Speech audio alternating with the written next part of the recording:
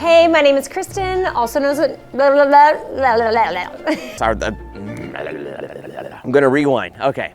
Hey, I'm Kristen, AKA Chris. Hey, I'm Chris of Chris and Kris, and this is my chosen story. So one of the biggest lessons that I've learned over my life is that when you really get to know the authentic Jesus, it changes everything. First time I saw an authentic Jesus in any kind of fiction was when I was 18 years old and I read the Chronicles of Narnia for the first time. I grew up in a Christian home, actually a pastor's home, so I was a PK, but I never really had that deep experience of really knowing Jesus to the point that it changes you deeply, right? And along with that, I experienced some traumas, some things that happened to me that really started introducing these lies that I believed about God. I watched a lot of TV and movies, and of course, Christian media doesn't always have the greatest rep, and movies and things started really confirming these lies that I believed about Jesus. I've been a Christian all my life, but really growing up, I never really seen Christian media be anything other than cheesy or boring.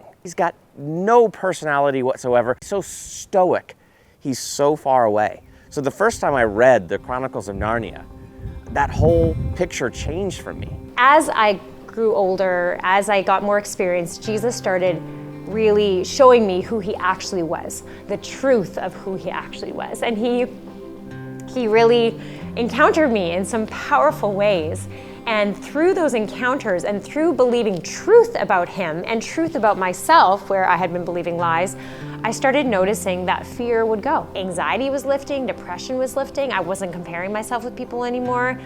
And literally, I started recognizing that knowing an authentic Jesus, the truth about who he is, changes everything. Like I'm looking at Aslan, as C.S. Lewis represents Jesus as this character of Aslan, and he's playful. He tells jokes, he laughs, he cries. It had all of those elements together with the reverence and the awe and the personality, but in every situation, he wasn't far away and stoic.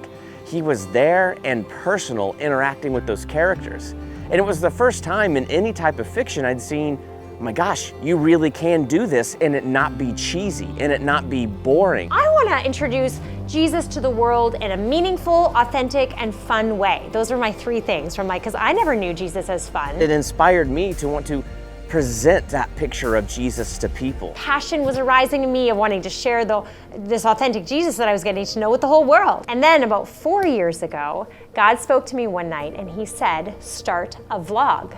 And I'm like, what's a vlog? And I started making these videos. I didn't have a whole lot of direction. I was just being obedient. So I spent about 14 years in Christian radio, and when that time was done, I ended up starting this YouTube channel. And what I did with my YouTube channel, I wanted to review movies, but I wanted to use those movies as a way to talk about God because it was a great way that I could think of to bring that picture that I saw with Aslan to other people, to show that picture of that authentic Jesus. And that's what I really wanted to do. Over the years, I was like, why am I even doing this vlog? I feel like it's not going anywhere. I'm not getting any followers, I'm not getting a whole lot of, people seeing it, but I felt to stay consistent with it, so I did. And so on the one hand, it was a super exciting time as I started my YouTube channel. On the other hand, it was probably one of the more difficult times in my life. Why is my channel moving so slow? And there was a couple times I just compared it to fishing. And I kind of felt like Simon Peter in the Bible where cast after cast, he caught nothing. I could learn the right kind of bait to use, the right time of day to go out to the water and learn all of those right techniques. But in the end, it's up to the fish to bite. And so I just was getting kind of sad. I was getting kind of angry. I was like, why am I not catching any fish? 4 years later, 2020 comes and The Chosen comes into my life. Now, I was really resistant. I didn't want to watch The Chosen. I thought, it's going to be lame and boring and dry like everything I've seen before. Interesting is when The Chosen came into my life because I started seeing Facebook ads for it. No, I'm not doing that again. But then I was stuck in my room on a COVID scare in quarantine, so I thought I've got all the time in the world. So I watched The Chosen and it started changing everything for me. Then an ad came up for Matthew and I went, well, that's bold. That's different. And it's free. Okay, I will check this out. And I binged the entire first season. It started introducing Jesus in a playful way, and it started healing me in different ways. And so I became very passionate about The Chosen very quickly. Because as soon as I saw Jesus, I saw Aslan. I saw that authentic Jesus that I encountered when I was 18 years old that I wanted to introduce people to. I just wanted everyone to see this authentic Jesus that was being portrayed in a way that's never really been portrayed before. I saw myself when Simon was out there that night, cast after cast, and he couldn't catch anything, and he got so frustrated, and he cries out with that frustrating prayer to God. I was like, I know that prayer. I've prayed that prayer. I saw something so incredibly relatable about this show, and I knew it was something special that I just really wanted to share this show with people because this is the authentic Jesus that I'm trying to communicate. I almost didn't review it though. God told me to give financially, so I gave this larger amount that I felt him put on my heart, and that brought me to Texas to the Sermon on the Mount. And I got to be there for the filming. I got to meet Dallas and Amanda. It was the best day of my life.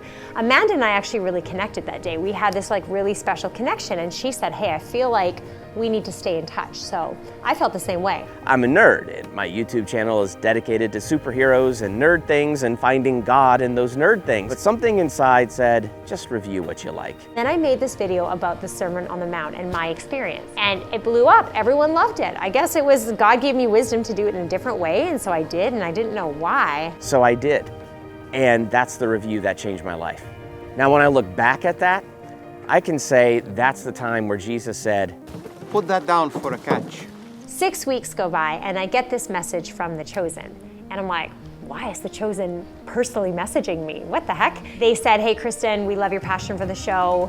Our producer saw your video, loved it, and wants to speak with you. Can we get your number? And I'm like, oh my gosh, The Chosen wants to talk to me. I didn't know why. So I dropped that one review, which got a comment from Dallas. And then about a year later, as season 2 was coming out, I did a few more videos, and then I'm getting a message saying, hey, our producer would like to talk to you. We ended up having a video talk the next day, and over 2 days, found out that they loved my personality, they loved my passion for The Chosen and for Jesus, and I guess I was a good fit for what they were looking for. After a couple interviews, meeting my co-host Kristen, it turns out we were both right for this. I end up flying to the States, doing some videos, seeing if I'm a good fit, and getting hired by The Chosen, my favorite TV show. I cannot believe it's happening. As soon as I started interviewing with Dallas and I met him in person, it became that moment for me where it's like, I actually have an opportunity to be a part of telling this story with you in some way, shape, or form. I would have an opportunity to get to be a part of this. Yes, I will do that in a heartbeat. That is my chosen story of how I ended up right here. And now I get to make this material, which blows my mind that those desires and dreams in my heart are now coming into fruition. Because when you meet the authentic Jesus, it changes everything. Well, thank you so much for listening to our stories of how we got involved with The Chosen. Yeah, it really means a lot to us, and we are so excited to take you on more adventures in the future. So make sure you hit that subscribe button. Yep, that way you're here for all of the adventures that we go on, and we got a lot of exciting things coming up here. That's right. Very near future. Yeah. Bye. My hat. It went like this. Like,